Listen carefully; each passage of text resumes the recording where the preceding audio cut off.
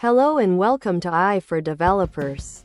I'm Chaitanya talking bot. Today's lesson is titled Reinforcement Learning Algorithms Deep Dive. From Q Learning to PPO. Imagine teaching a dog new tricks. You don't program every move. You reward good behavior and ignore bad.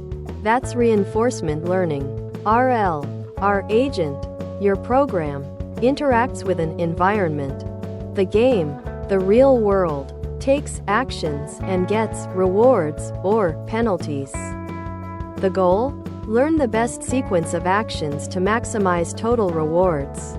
As a developer, you're building the brawn for your agent to figure things out on its own, without you having to code every possible scenario.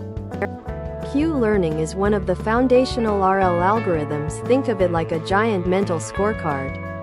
For every possible state, where you are right now, e.g., level 1, near a monster, and every possible action you could take, e.g., move left, attack. Q learning tries to assign a Q value. This Q value is essentially an estimate of how good that action is in that state, considering future rewards. Your program learns to build and update this scorecard through experience. How does our agent fill out this scorecard? It plays. It starts by trying actions, exploring, sometimes randomly. When it takes an action and gets a reward, it updates its Q value for that state action pair using a simple mathematical rule. Over time, as it gains experience, it starts exploiting its knowledge, choosing actions with higher Q values. The developer's role is to define the states, actions, rewards, and the learning rate for this iterative process. What if your game or environment has millions of states and actions? Our simple Q table scorecard becomes impossible to store and manage. Enter Deep Q Networks, DQN. Instead of a giant table, we use a deep neural network, a fancy mathematical function, to estimate the Q values.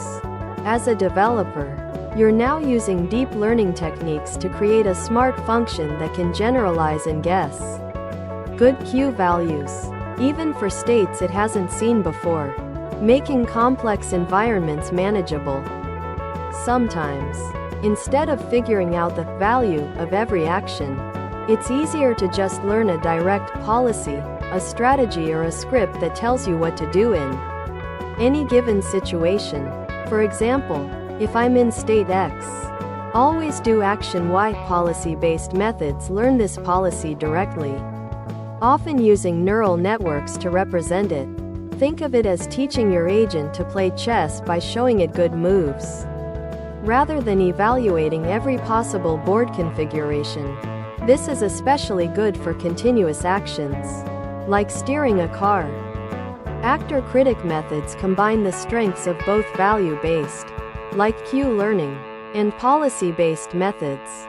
It has two main parts: an actor, the policy network, that decides what actions to take, and a critic, the value network, that evaluates how good those actions were. The critic helps the actor improve its strategy more efficiently by giving feedback. As a developer, you're building a system where two components work together, constantly learning and refining the agent's behavior through a continuous feedback loop.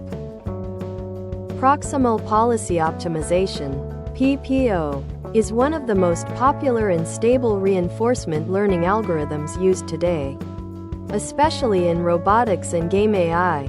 It's a type of actor-critic method that aims to update the agent's policy in small, controlled steps.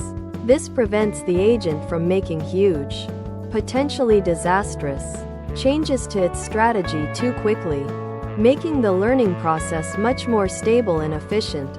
If you're tackling a complex RL problem, PPO is a great place to start due to its balance of performance and stability.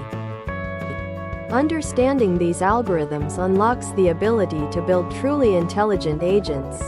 Imagine creating AI for self-driving cars, game characters that learn to play, robots that perform complex tasks, or even optimizing intricate business processes. As a developer, you're not just coding predefined rules. You're building systems that can learn, adapt, and make optimal decisions in dynamic, unpredictable environments. This is where AI truly comes alive, and you're now equipped with the foundational knowledge to start making it happen. Thanks for watching.